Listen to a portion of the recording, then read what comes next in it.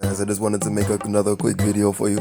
I have a hot video coming up for you this weekend. It's gonna be a better video, something a lot more that has to do with the culture, something more near and dear to me.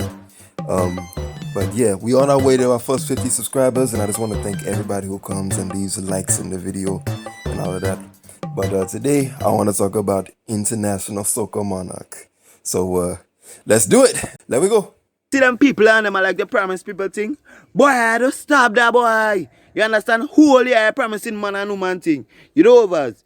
Everybody waiting on the promise can fulfill. You understand? A promise is a comfort to a fool. So I have to stop that and stop promising people thing, boy. You understand? If I say I go give somebody this, I go give them that. Give them a willing mind. Don't make no promise with a bag of lies. I have to stop that. You see this 2024? I don't live in with no promises.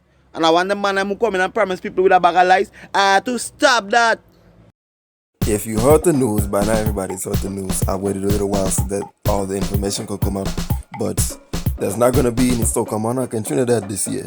And it was because it's International Soca Monarch, and it's the Soca Monarch that's on the biggest main stage in terms of soca music. So again, this is sad because it's coming back off of, you had Mr. Killer win in 2018, and in 2019 it really wasn't the best Soca Monarch that could have happened because you didn't have your reigning champion come back, and then a lot of the artists that was there, everybody just wasn't feeling it. They playing soccer and Soca Monarch and things. So then 2020 came, and we all know what happened. 2020, 2021, Trinidad still didn't have their things together in terms of Soca Monarch. 2022, same thing, and then 2023 we finally came back and had a Soca Monarch, but Marsha Montano decided to throw a Soca Monarch on the same exact day of Soca Monarch. So now here we are in this year, and they just said we're not going to do it because we don't get the support that we used to get, which is sad because, if you know the history of Soca Monarch, that's the thing to do. That's the place where artists become legends. Soca Monarch is where the big artists become who they are today. But I mean, I could get into the politics of it and talk about the Soca Mafia, and I'm telling you, one day I'm gonna give you a well-detailed video. I'll give all you a well-detailed video about who I feel is the Soca Mafia and the effects of Soca Mafia. But today, let's just have some fun on what if we redistributed Soca Monarch. Just bend down, just bend down, just bend down, just bend down, just bend down, just bend down. Just shake that and shake that, just shake that and shake that, just shake that and shake that, just shake that and shake that. Just bend down, girl, bend down, just bend. So here's the thing. So part of the problem with Soca Monarch is, even though it's called International Soca Monarch and it's held in Trinidad, there's a strong island bias in Trinidad. And this isn't to say, oh, you're just saying that because you're not a Trinidadian, or you're just saying that because you're not. No. Hear me out. If you're gonna call it International Soca Monarch, why is it that there's only 2 people who haven't been from Trinidad have ever won? And then you'll talk to somebody from Trinidad, and they will say, oh, that's because nobody don't make good music like Trinidad. Hush your mouth. And when somebody else win from somebody does win from outside of Trinidad, typically it's like a lot of factors in place. Like maybe you don't have the best artists up, or maybe X, Y, and Z. Maybe there's like a big push or like a big wave. But I think if we redistributed it and had one major International Soca Monarch on a neutral ground, I think things would be a lot different. If you look at if you remember the Caribbean Music Awards earlier this year, and you went to look at the soca categories, I have a video, I'm gonna link it right here. You should go look at it. Even when you looked at the soca categories, it was all Trinidadian artists. And I was like, really and truly? And when I looked at the Trinidadian artists on the things, there are a lot of spaces that could have been filled by artists who weren't necessarily Trinidadians. I was like, who is this person?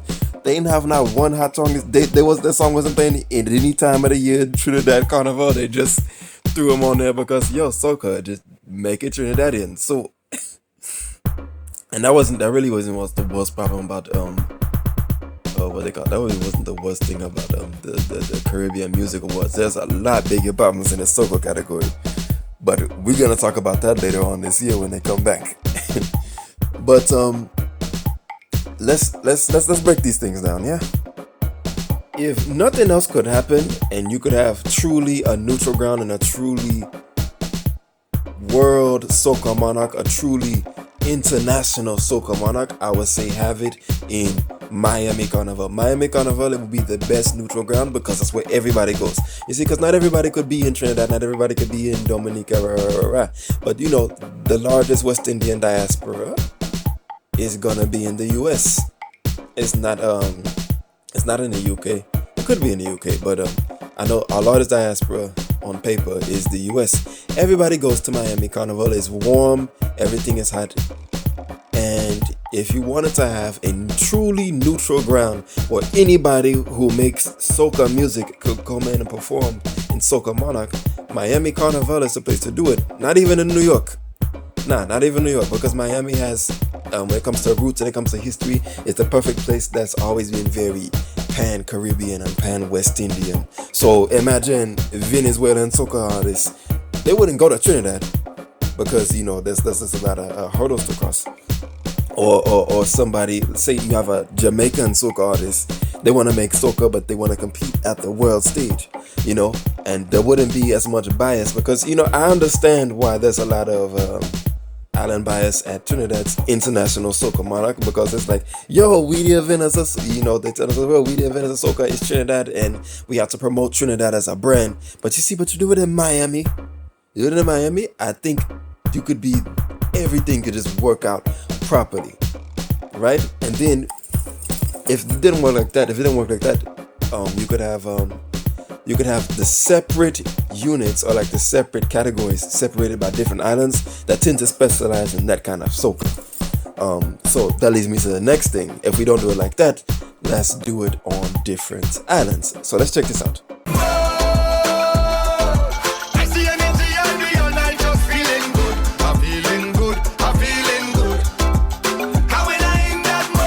Let's start with Groovy Monarch. So Groovy, no doubt, should be held in Trinidad. I think Trinidad, at least when it comes to soca music, I think they make the best groovy out of everybody. The only people who could maybe touch Trinidad in terms of groovy is like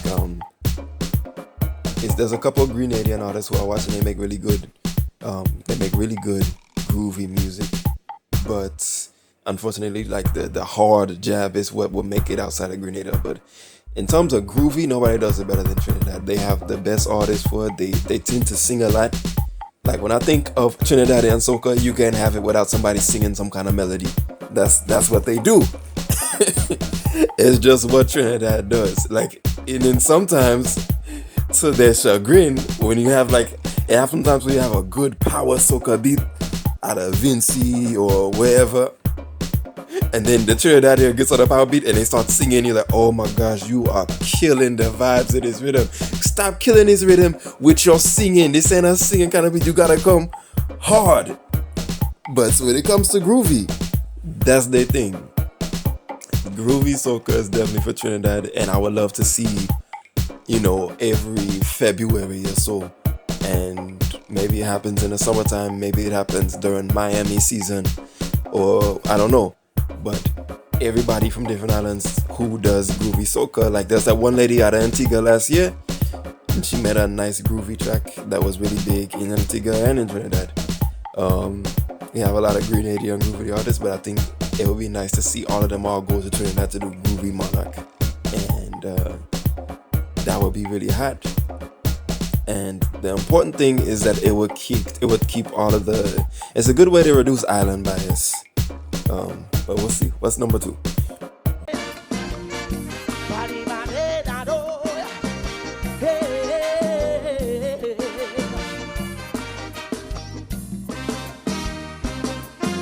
Calypso Monarch. This is a little foreshadowing to what's to come when I tell you I have a big video to come. But Calypso Monarch, I feel, should be held in St. Lucia. The reason I say Calypso Monarch should be held in St. Lucia because Calypso music was always in its beginning stages, and for much into its lifetime it was sung in patois. It was only when Calypso started to make a break for the Americas and it got really popular in America, that they saw, oh, well, we can make more money if we make Calypso music in English. So that's what happened. But it's always been a patois art form, and I'm very passionate about the preservation of patois as a language. I think Calypso Monarch should definitely be held in St. Lucia. St. Lucia has some very good Calypsonians. Grenada, very good Calypsonians. And of course, Trinidad has very good Calypsonians. It would be a good opportunity for us as Eastern Caribbean, so not just the English speaking side, but the French speaking side, and also the maybe even bring in VI and some of the other western side of the Caribbean. So I know that there's a form of Calypso-like music in Bahamas and Jamaica, and you know, a lot of our music, they have the same roots. So you know, salsa and those kind of music. Well, salsa was invented in New York, but salsa and a lot of the Latin sounds, their roots are in Calypso, and if they're not completely rooted in Calypso, Calypso ties in. But imagine a time where everybody, whether you're from the English Caribbean or you're from the British Caribbean or you're from the French or the Latin, they all come to St. Lucia to do Calypso Monarch, and that would be really nice. Yeah, so I think that would be St. Lucia.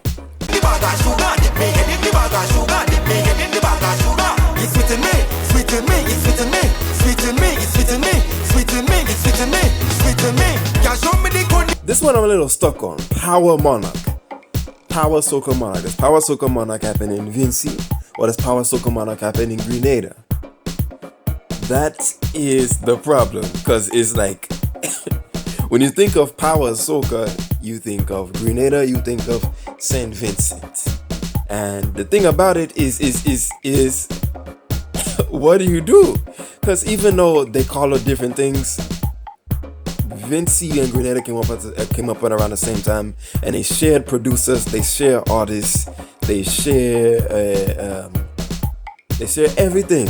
So even though you say Power Soca is Vinci, and when you say Jab Soca is Grenada, you put them side by side, they are more or less the same thing.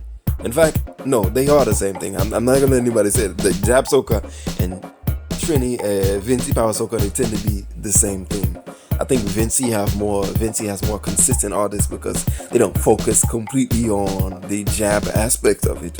But a lot of times these dudes are on the same rhythms, the exact same rhythms, and the only thing that makes it a jab soca or a power soca is whether or not it's a Vinci or a Grenadian. And even sometimes that doesn't even make a difference.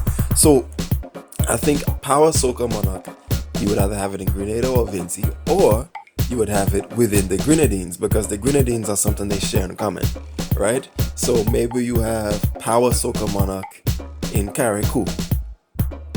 In fact, yeah, that would be really nice. Power Soca Monarch is held in Carriacou or Bequia or Union Island. Yeah, Union Island or Carriacou, and then it would bring a lot of tourism to Carriacou. It would bring a lot of it would really unite it would really help us unite as the Grenadines. So that'd be really interesting. I don't know. This is what I want to hear in the comment section. Do you think it would be held in Grenada, or would it be held in Vinci, or would it be held in the Grenadines? Because the Grenadines is a good mix. So good medium. That's my quick video. Make sure you give me a like, give me a share. I'm trying to get to 50 subscribers, and hopefully by the end of the year we can make it to 100. What do you think? So yeah, I have a big video coming for you guys this weekend. I want to make something nice, because it's nice whenever you commenting on news and these kind of things, but if you want to make a videos to last, videos for people to come back on, you have to do research papers. One thing about our culture, we don't document our history. So yeah, I have a big one coming for you this weekend, and hopefully I can make another big one, a couple of big ones coming up. But yeah, I'm gonna try to give you 2 more videos this week though, on top of my big one. So yeah, hit me up, like, subscribe, peace. Roses are red, violets are blue. The calendar don't have enough numbers to show how much man that been inside of you.